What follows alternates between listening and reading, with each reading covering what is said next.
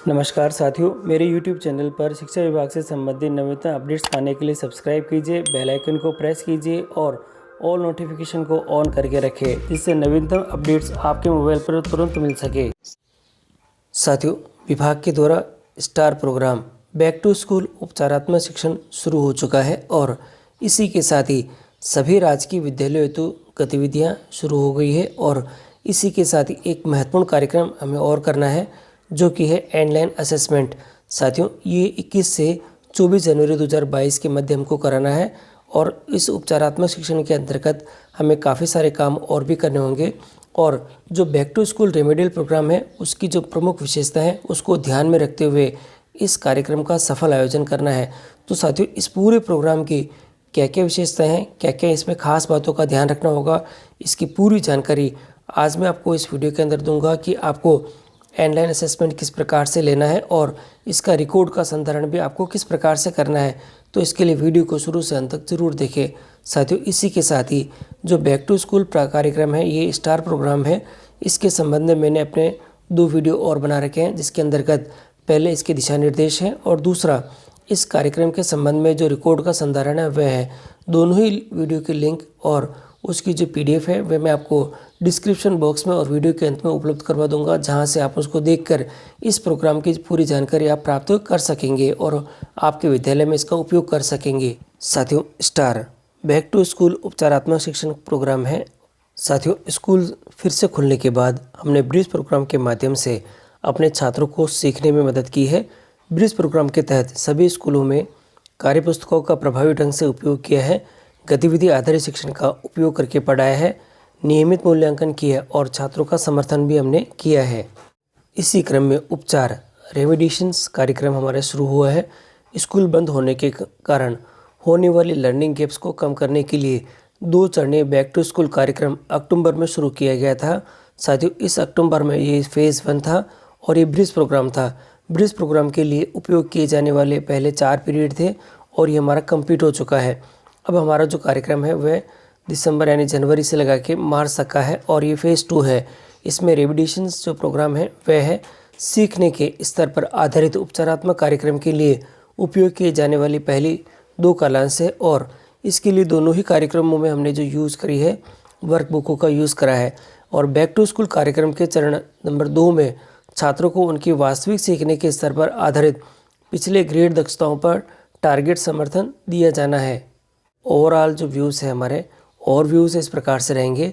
उपचारात्मक अवधि का उद्देश्य छात्रों को उनके सीखने के स्तर पर समर्थन देना है। उपचारात्मक अवधि के दौरान समान सीखने के स्तर के सभी छात्रों को एक साथ बैठने की आवश्यकता है, जैसे कि CCSIQ में वर्णित है, ताकि शिक्षक के लिए टारगेटेड सहायता प्रदान करने में आसान हो सके। और इसी के साथ ही शिक्षक का ध्यान उस छात्र समूह पर होना चाहिए जिसे पिछली ग्रेड की दक्षताओं पर उपचार की आवश्यकता है। जो छात्र 8 ग्रेड सीखने के स्तर पर है वे उपचारात्मक अवधि के दौरान कार्यपुस्तिका में स्वतंत्र रूप से कार्यपत्रकों का अभ्यास कर सकते हैं। साथियों, अगले 3 महीने उपचारात्मक शिक्षा पर ध्यान देना है। इसके अंदर पहला जो बिंदु दे रखा है, स्कूलों में ऑनलाइन असेसमेंट आयोजित करना है। दूसरा बिंदु है छात्रों को उनके सीखने के स्तर के अनुसार समूहित करना है। तीसरा है उपचार के लिए कार्यपुस्तकों के भाग 2 का अभ्यास या उपयोग करना है। इसमें ध्यान देने योग्य चीज़ें हैं। पहले 2 कालांश जो है उपचारात्मक कक्षाओं के लिए है, जो रेमिडिएशन फोकस है और यूजिंग जो क्लस्टर वर्कबुक है वह अपने पास में है और बाकी के कालांश आपको ग्रेड लेवल पे फोकस करना है। यूजिंग जो टेक्स्ट बुक है उसका आपको सहारा लेना है। Back to school remediation program की मुख्य विशेषताएं इस प्रकार से है, ये आप देखिएगा।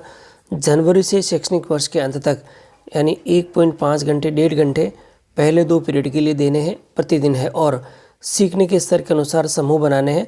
छात्रों को ग्रेड स्तर के बजाय उनके सीखने के स्तर पर पढ़ाया जाएगा। समान सीखने के स्तर के सभी छात्र एक साथ इसमें बैठेंगे। और सबसे मेन है क्लस्टर कार्यपुस्तिकाओं द्वारा पिछली कक्षाओं के दक्षताओं पर जोर देना है।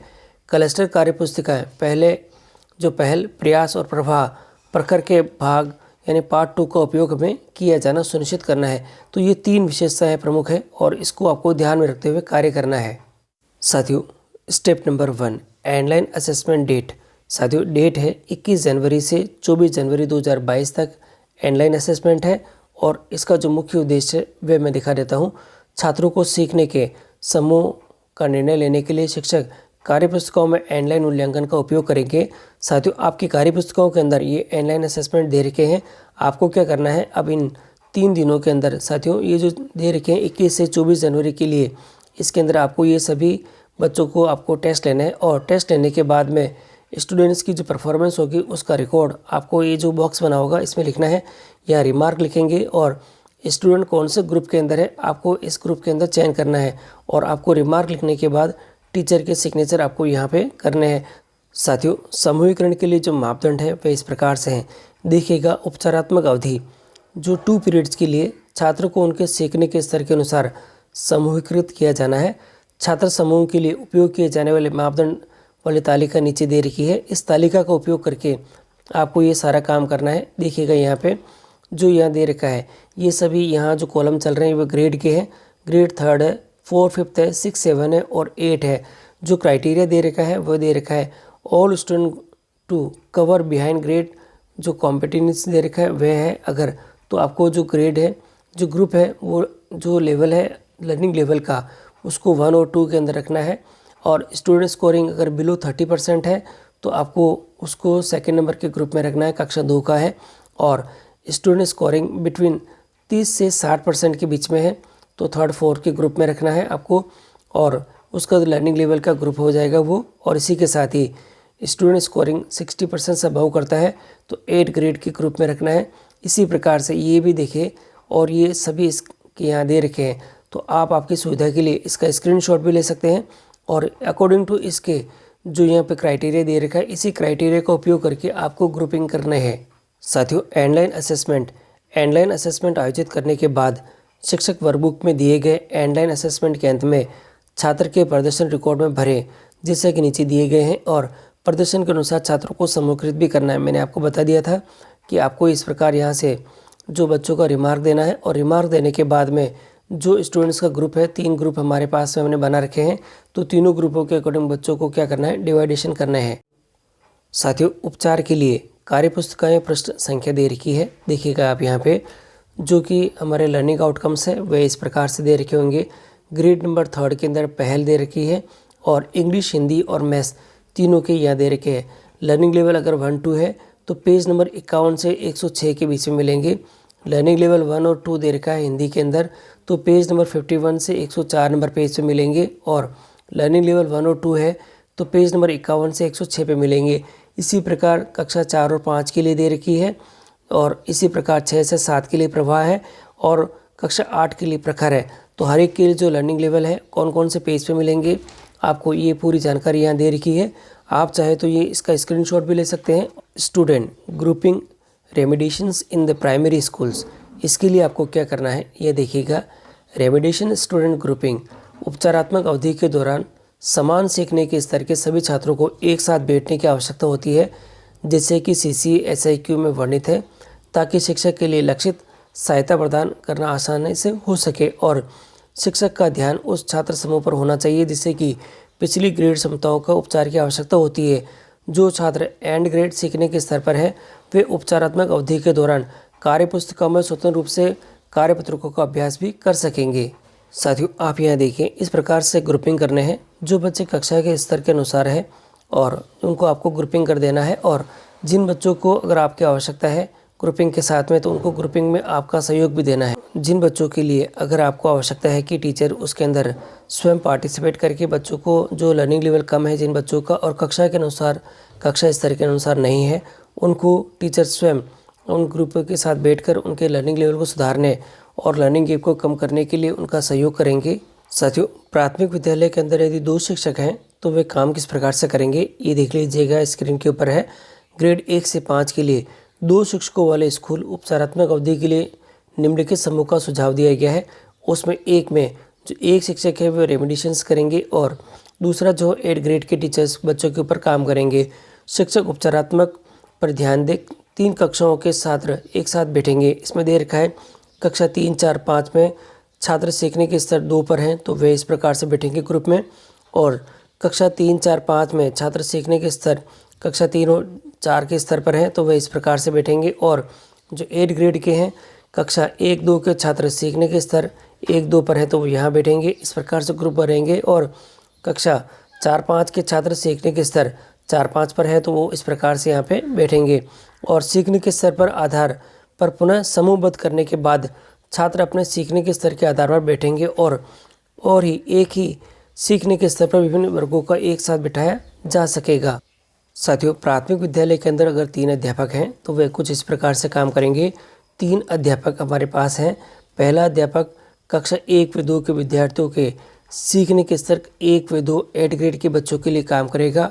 और दूसरा जो अध्यापक है वह सीखने के स्तर 2 उपचार यानी जो रेमेडिएशन है उनके ऊपर करेंगे। ग्रेड 3, 4 और 5 के छात्र लेंगे। और यहाँ जो टीचर नंबर 3 है उसके लिए यहाँ पे जो काम करेंगे वो कक्षा 4-5 में सीखने के स्तर 3, 4 उपचार के छात्र हैं वे करेंगे। और कक्षा 4-5 के छात्र सीखने के स्तर 3, 4 उपचार के लिए यहाँ पे एक काम करेंगे। तो ये स्क्रीन पे दिखाई दे रहा है, आप इसका स्क्रीनशॉट भी ले सकते हैं यहाँ से और इसके अनुसार आप काम करें। साथ ही उच्च प्राथमिक और माध्यमिक विद्यालयों में उपचार रेमेडिएशंस के लिए किस प्रकार से काम करना है ये देखिएगा।